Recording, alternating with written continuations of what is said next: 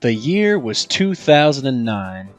So I'm out with the family for some weekend shopping and fun, right? Well, during our day, we wound up in a Barnes & Nobles of all places. Now, for a greasy gamer child such as myself, this was probably the most boring place we could have stopped. I mean, we were only a block away from the nearest GameStop. Why couldn't we go there, Mom? Oh, my sister gets to pick this time?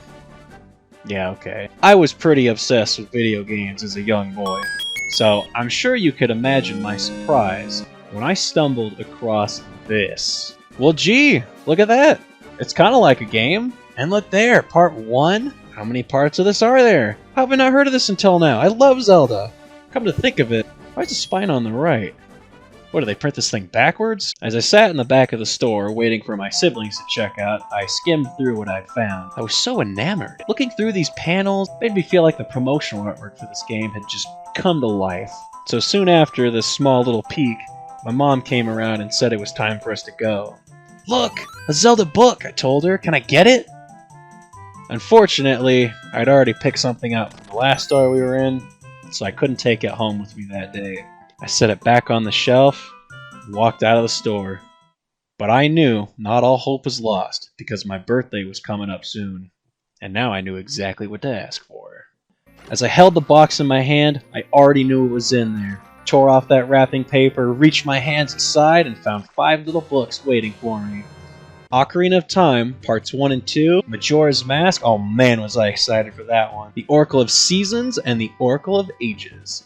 I couldn't believe it, there were 5 of these things? Eventually, I would come to own all 10 volumes, picking them up as soon as I could. Sometimes the wait for these things was grueling. I remember getting 4 Swords Volume 1 the day it came out, which left off on a cliffhanger, and I had to wait just under 2 months to finally see what happened next. God, that killed me. Nowadays, getting a hold of these things is way easier. You can actually get the entire series in one convenient box set.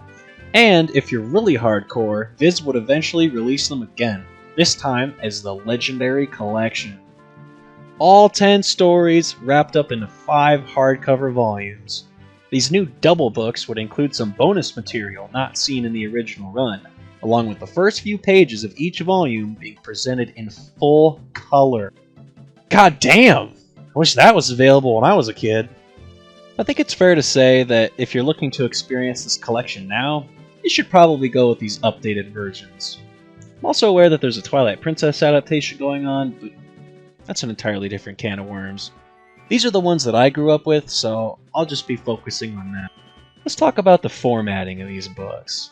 If it wasn't already obvious, this was my first introduction into the world of manga. If you're unfamiliar, essentially these are Japanese comics, or graphic novels if you're the fancy type. So why is the spine on the right then? Alright, so because Eastern literature is read from right to left as opposed to from left to right like we're used to, all of the pages, panels, and speech bubbles are oriented from right to left, while the actual text itself is still read from left to right. Confused? Well, so was I. Fortunately, the publishers included some instructions for how to properly read through these things. Takes a minute to wrap your head around, but once you get there, it becomes second nature.